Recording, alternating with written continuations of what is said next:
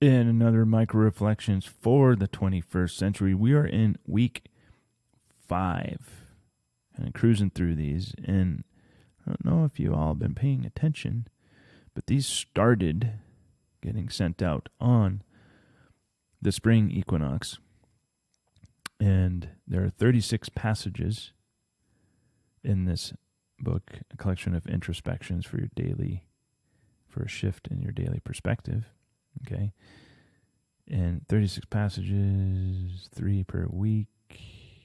36 divided by 3, a little math. What's that? 12. 12 weeks.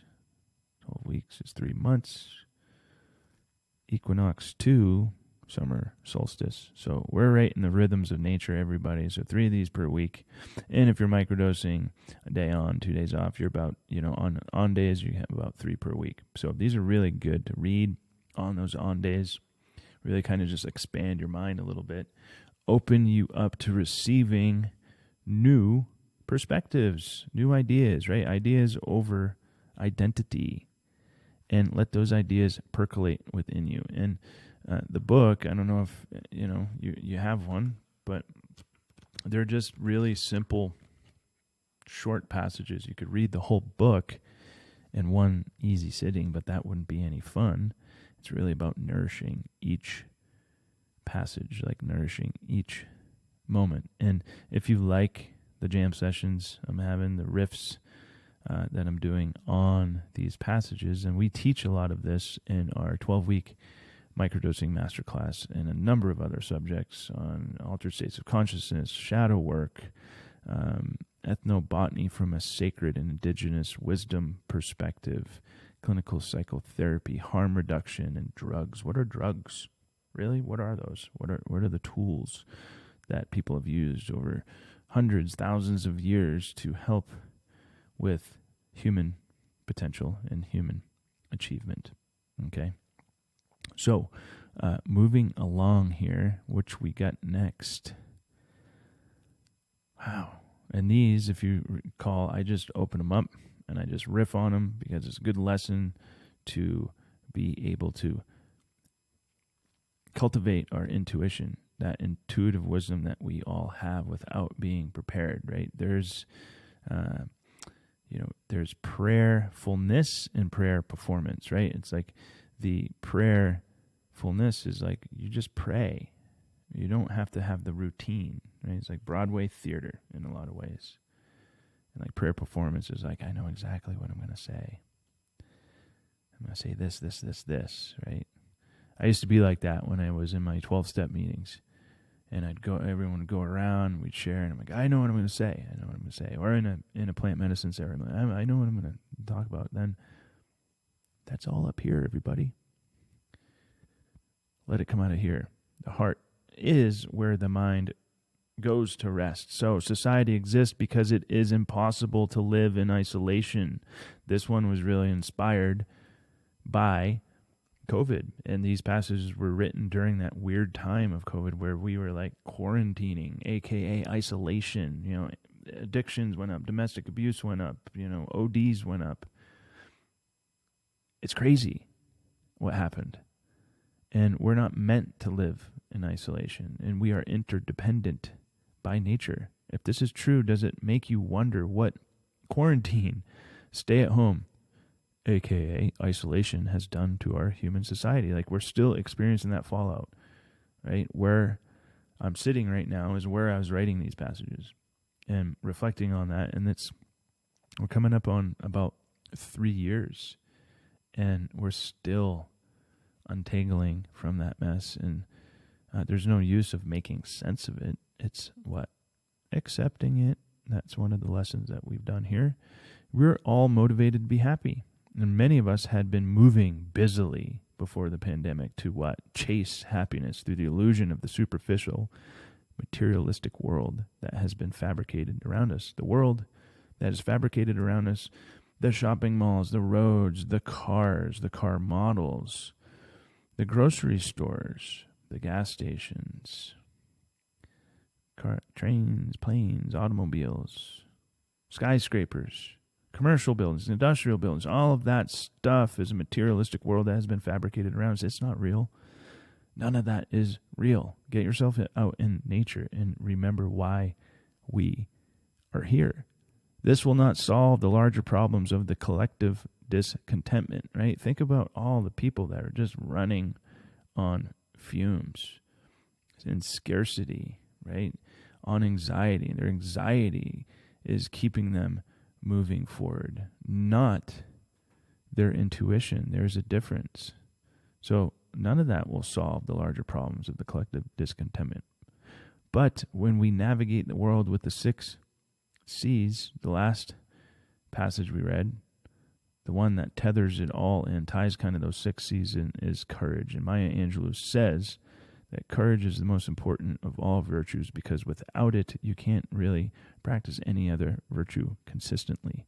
So 6 C's, clarity, courage, creativity, compassion, consciousness, and conversation. So clarity with your thought and your emotions in your direction, in your mission.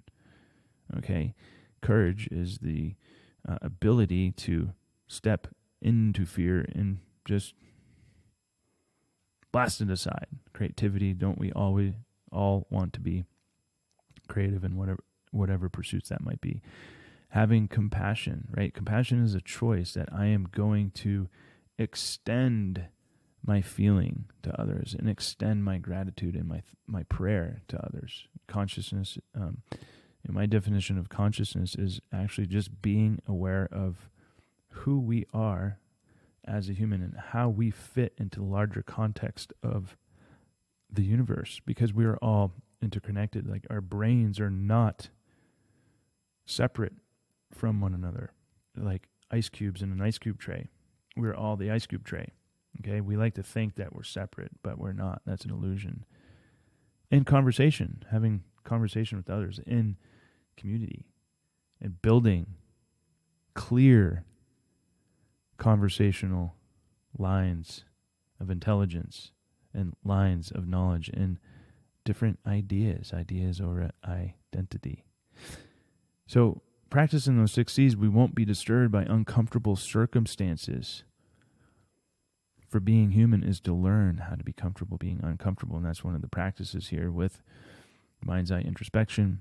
We teach this in the 12-week microdosing masterclass, is how to be comfortable being uncomfortable, right? Sitting with our stuff, learning that that is the beauty of being human, the full pendulum of the human experience, the happiness, all the way to the grief.